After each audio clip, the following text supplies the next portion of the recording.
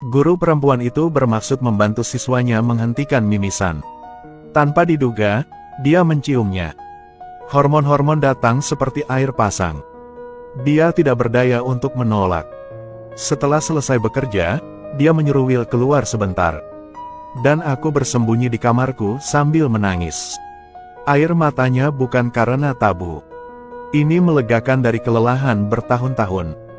Ceritanya terjadi di Singapura yang suram dan hujan. Namun kini gadis itu semakin panik. Karena saya sedang mengalami krisis paruh baya. Mata pelajaran yang dia ajarkan tidak dihormati. Hanya sedikit siswa yang mau mendengarkan ceramahnya. Dan hasil akhir semester juga diabaikan. Meskipun Alin menilai makalah dengan serius. Bahkan les gratis untuk siswa lemah. Namun tetap tidak bisa menyelamatkan situasi yang terlupakan. Perasaan kehilangan yang diakibatkan oleh pekerjaan yang suram. Seringkali dibutuhkan cinta keluarga untuk mengisi semuanya. Namun, saat Alin pulang ke rumah dalam keadaan lelah, hanya suaminya yang lumpuh di salah satu sisinya yang menunggunya untuk merawatnya. Pembantu itu sesekali meminta izin. Tapi setiap minggu saya meminta uang. Sedangkan tabungan Alin tidak banyak. Aku harus membantu keluarga istri dan adik laki-lakiku yang tidak berguna. Umumnya di kalangan sosial. Tampaknya tidak ada seorang pun yang merasakan kesepian Alin. Bahkan pasangan sesama jenis. Seolah-olah telah hilang dari dunia. Alin datang ke sini dari jauh Malaysia untuk menikah. Untuk mendapatkan posisi yang layak. Juga untuk menyelamatkan pernikahan yang tidak stabil.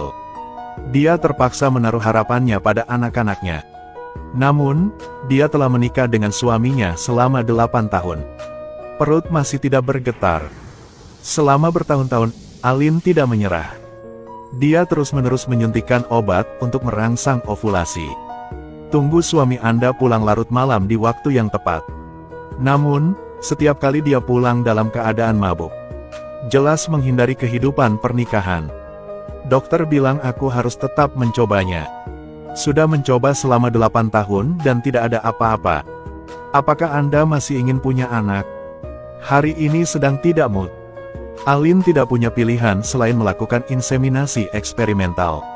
Namun meski begitu, suaminya tetap menolak hadir. Hanya mengandalkan sampel sperma beku untuk operasi. Tingkat keberhasilannya sangat rendah. Air mata bening mengalir di matanya. Bahkan Tuhan pun tidak mengasihani wanita kecil ini. Suaminya tidak punya waktu untuk menjemputnya setelah operasi. Alin memintanya untuk berbaring di sampingnya untuk berpelukan. Namun ketika hati seorang pria jauh, keinginan kecil seperti itu hanyalah ilusi. Penampilan murid Will. Hanya selingan kecil. Dia juga seperti hantu Alin. Sama kesepian dan sepinya denganmu. Karena kinerja bahasa Mandarin saya sangat buruk. Will sering ditahan oleh Alin untuk kelas tambahan. Terkadang hujan turun dengan deras. Alin pun mengantar Will pulang. Berangsur-angsur dari kecanggungan menjadi keintiman. Hubungan antara Will dan Alin lambat laun menjadi tidak biasa. Perasaan hangat pun muncul di hati saya. Terkadang saya berdiri di dekat jendela sambil berpikir. Will memotret Alin terbang. Terkadang saya melihat buah durian yang sudah matang. Keduanya pun mencuri dengan bebas. Hari itu karena pembantunya mempunyai pekerjaan yang tidak terduga. Tidak ada yang menjaga ayah mertuaku. Alin harus membawa Will pulang untuk mengajarinya. Dan biarkan dia tetap bersembunyi di kegelapan. Ketiga orang itu dengan senang hati duduk bersama. Seolah-olah itu adalah keluarga sungguhan. Setelahnya, hasil operasi juga bisa diprediksi. Saat saya menerima panggilan telepon tersebut, saya meminta maaf dengan penuh rasa bersalah dari dokter. Alin sedang dalam perjalanan untuk membawa pulang Will. Di luar gelap dan hujan turun deras. Alin diam-diam melaju ke sudut yang sepi. Nyalakan radio. Gunakan musik keras untuk menutupi isak tangis Anda. Semua Will melihat dan patah hati. Will tidak tahu bagaimana menghibur Alin. Dia hanya ingin gurunya sedikit bersemangat. Jadi undanglah Alin untuk menyaksikannya bertanding. Will juga tidak mengecewakan ekspektasi dengan meraih gelar juara. Ketiganya memutuskan untuk merayakannya. Akan dengan cermat memotong suaminya untuk makan durian. Dan itu adalah tindakan kecil. Membuatnya menyadari kehangatan keluarga. Dan perasaan Alin terhadapnya semakin dalam. Tapi kegembiraan geng Tai yang pendek. Alin harus menghadapi guncangan hidup lagi. Jelas di balik banyak kebenaran keluarga. Terlalu banyak konflik yang sulit didamaikan. Dan momen ledakannya tinggal menunggu katalisnya. Suatu saat saya kebetulan melihat lampu merah. Alin menyaksikan suaminya terang-terangan mesra dengan sekretarisnya. Keraguan yang tak terhitung jumlahnya akhirnya menjadi kenyataan. 8 tahun menikah. Meninggalkan Alin malam-malam sepi yang tak terhitung jumlahnya. Dan kini, sosok kesepian yang menyedihkan. Ayah mertua tidak tahu bagaimana cara menghibur menantu perempuannya. Lihat saja tulisan, menyenangkan, yang tergantung di dinding. Malam itu Alin bermimpi aneh. Dia bermimpi ayah mertuanya berubah menjadi seorang bayi. Dia memegangnya di pelukannya dan menangis. Ketika saya bangun, ayah mertua saya sudah tidak bernapas lagi. Orang baik tidak ingin menjadi beban bagi menantunya. Saat pemakaman, kedua bersaudara itu berdebat tentang warisan. Sementara Alin diusir karena putus asa. Saat itu, sekretaris datang untuk memberi penghormatan. Saat ini, Alin ibarat orang yang hanya punya sisa.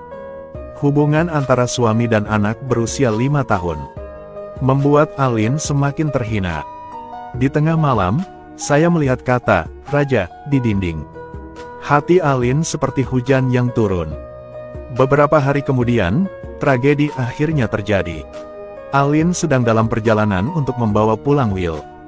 Tiba-tiba dia menyadari dia mimisan. Mengetahui tidak ada seorang pun di rumahmu. Alin harus pergi ke rumahnya untuk merawatnya. Namun ciuman Will datang secara tak terduga. Menyebabkan Alin menekannya begitu lama. Pada saat itu, saya tenggelam dalam diri saya sendiri. Kembali ke rumah, Will membawa Alin ke bawah. Dalam hal ingatan yang menyenangkan. Bahkan terus menarik tangan Alin. Sampai saya bertemu dengan seorang guru di sekolah yang sama. Kehendak baru jauh lebih patuh. Alin mengatakan dia hanya mengajar secara privat.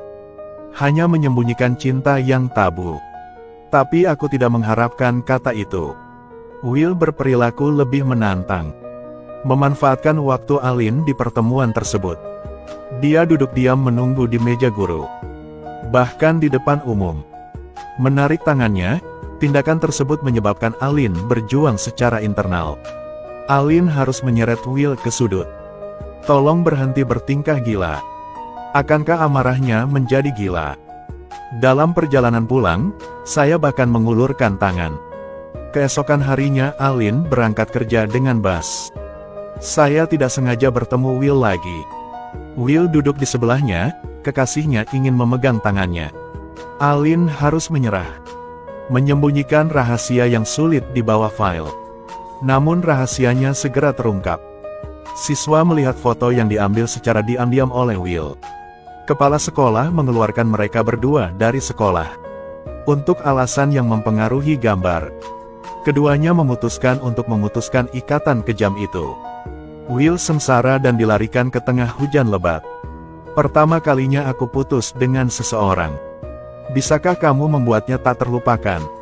Aku ingin memelukmu. Ini memberi perasaan campur aduk pada orang-orang. Saat ini mereka berdua sangat membutuhkan cinta.